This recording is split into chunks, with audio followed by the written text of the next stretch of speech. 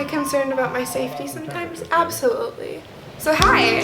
You guys have been asking me so many questions about moving out that I thought that I'd just make an entire video dedicated to all these questions, and I tried to pick out the most asked questions, and you guys also asked me some really deep and interesting questions. So I'm gonna answer as many questions as I possibly can for you. I moved out literally a month ago, so it's been a month alone, and I want to share that with you if you want to know. So the first question is, how do you manage your money to pay for everything? Budgeting. I cannot stress that enough. I definitely think one of the most important parts of living on your own is keeping track of how much you're making and saving and spending and not going over your limits. That's pretty important, and I have not learned how to bind all of that. So I have a journal, and in that journal I put down the cost of bills and Wi-Fi and rent and groceries and all the things that I have to spend to live. It has made my life so much easier to be able to see, okay, like I'm spending this much and I need to make this much plus this much and probably some more, just so I can be safe. Because, for example, my car, something flew off of my car while driving down the highway a couple of days ago, and I had to go get that replaced. So there's about $100 just literally thrown out the window. That's really funny, I'm not gonna lie. There's obviously a lot of expenses, so doing this really makes it a lot less stressful, even though it's stressful nonetheless. But it helps a lot. Did you save up to move out, or did your parents help you financially? So it's a little bit of both, actually.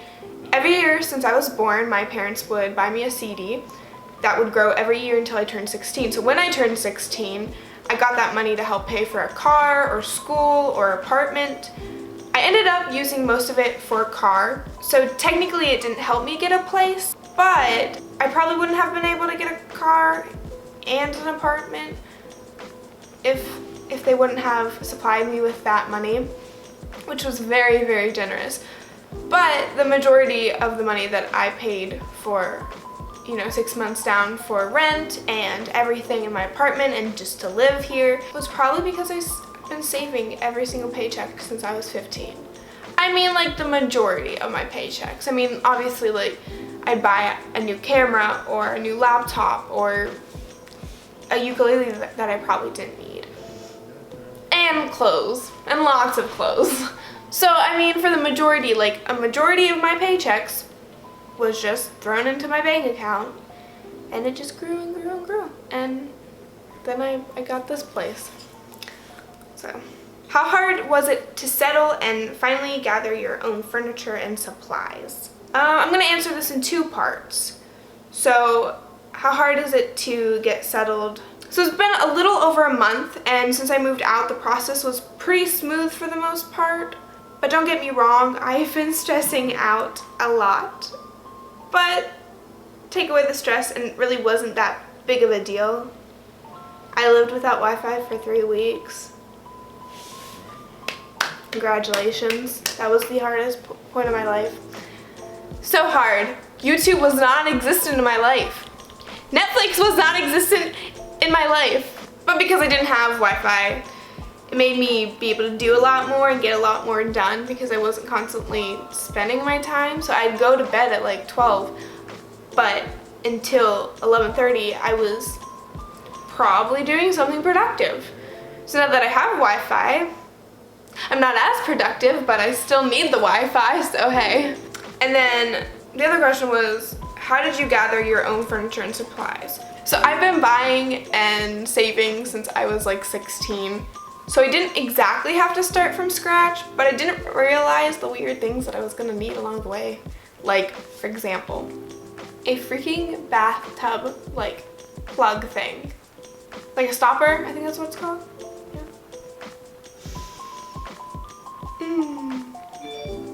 Anyways, the week before I moved out, I went to IKEA with my mom.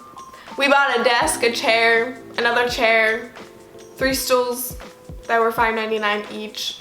for my kitchen table that wasn't a kitchen table for $24.99, and a bunch of other random stuff that I thought that I was going to need. Kind of needed, but not really. I could definitely still live without. My total came out to be $497.98. And I probably ended up spending another $500 at Target in the next month. Yeah. So my biggest tip for that, you cannot prepare yourself to move out until you actually physically move out and you realize, oh, I need a couch, or I don't need a couch, or I don't need this $150 chair in the corner that no one is ever going to sit in. Do I even need this couch? Probably not, because nobody actually comes over to my apartment. Maybe in a month or two I'll need a couch, but then I'll buy a couch. I don't need a couch now. That's what I'm getting at. Don't stress out about it until it's absolutely necessary. Don't buy it until it's absolutely necessary, unless you have the extra cash just laying around. We think we need a couch because society tells us we need a couch when we really don't need this couch. It's a futon, and I figured, oh yeah, I'll have people spend the night. So what's the biggest challenge? Stressing out. I don't know if you caught the drift or anything, but I stress out about a lot. No matter how big or small, I probably stress out about it, and I need to learn not to stress out about it, because it just makes literally everything worse. I got so stressed out at one point that I missed my period for 12 days because I was just so stressed out. Like, what's wrong with me? Why is my body doing this? I've never missed 12 days. And just one random day it came back because I guess I stopped stressing out about it so much. Just life and everything. And I was just like, wow, my body's weird. But for example, recently I haven't had to stress out about anything, and I feel so weird. So I've been looking for things to stress out about, and then when I can't find anything, I'm like, there's got to be something that I need to stress out about, because I can't find it. Like, where is it? What is it? I just need to stop stressing out. Do you have a roommate? Nope, it's just me. Thank God. At least for me, my whole thing was, why even bother move out if I'm gonna have a roommate? Because then I'm still living with someone. Like, my whole purpose was just to be dependent on myself and live on my own. Literally, just actually live on my own. Now, I understand the finances aren't like the best, and it is more expensive, but that's my choice. That's what I want to do. I want to be able to be as loud and stay up as late and do whatever I want and not have to worry about upsetting somebody or them making a mess and having to clean it up, because I like things a certain way and touch my stuff and I'll hit you in the face. Just, I don't know. How do you deal with loneliness? I'm an introvert. I love people, but I prefer to be alone. Most of the time, if I'm working a shift, I probably won't want to see somebody for the rest of the day. I don't go to parties. I would much rather go home and stay in my bed and watch American Horror Story or read a book. Just my personal preference. But since I've moved away from home, I literally don't have anyone here. I know people because I'm only about an hour away from home as in my parents' place, but I don't know them. So getting into a community, for example, the art community, it has brought a lot of friends into my life. I've met a lot of really cool people. I've hung out with a bunch of co-workers, and they're really cool.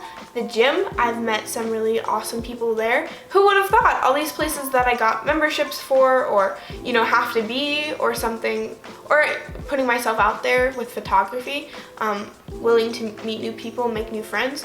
Doing that's how I've learned to not be lonely. Now, I don't need people. I know that sounds really weird, but I'm satisfied on my own, but there are points in my life where I do feel lonely. And so if I do feel lonely, I need to make friends and actually ask people if they want to hang out with me, because I don't want to hang out with anyone until they're actually physically here. So making that step is actually harder than not being lonely. So I mean, that's just how it is for me.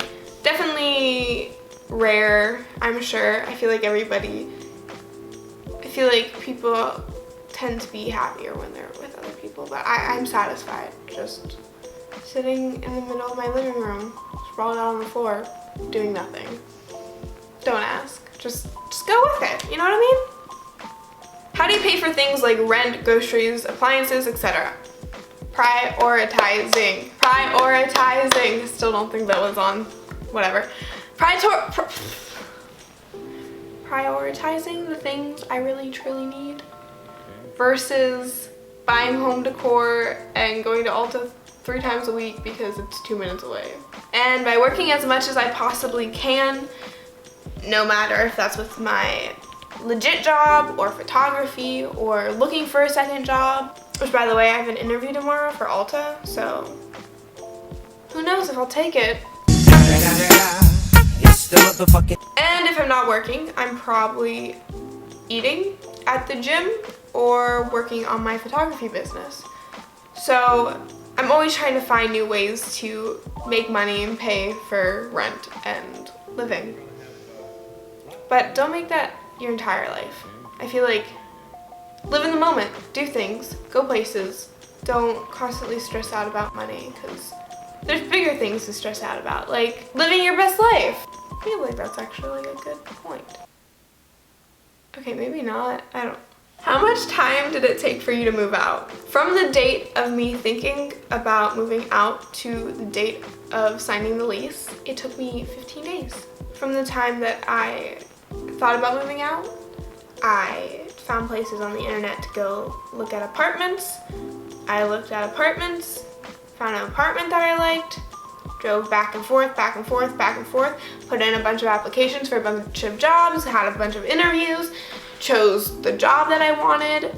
I love my job so much. And then after that, I started buying things, going through my things, buying more things, shopping a lot online, shopping a lot at IKEA and Target, making more trips back and forth, stressing out a lot, signing the lease, moving in. It was a long process, but I did it and here I am, alive, new, don't have to do anything anymore. I'm just living my best life. I don't know how much of that is true, but you see what I'm getting at, so that's okay. How did you convince your parents you were ready? Thankfully, I didn't have to do much convincing. They both knew I was ready. From the moment that I was like, I'm not going to college anymore, to I'm moving out, and my mom helping and supporting me every way that she could. In all honesty, I didn't tell very many people that I was moving until I moved, or until like a week before I moved, or like 2 days before I moved. People were very supportive, and I really appreciate that. I did have a couple people who were like, why are you doing that? You should just keep saving your money. Why am I gonna keep saving money just to do what I'm doing? Just earlier. I don't know. So that's what I had to say. Am I concerned about my safety sometimes? Absolutely. I think we're done with this video. I'm gonna go. Okay, bye. Peace out. Bye.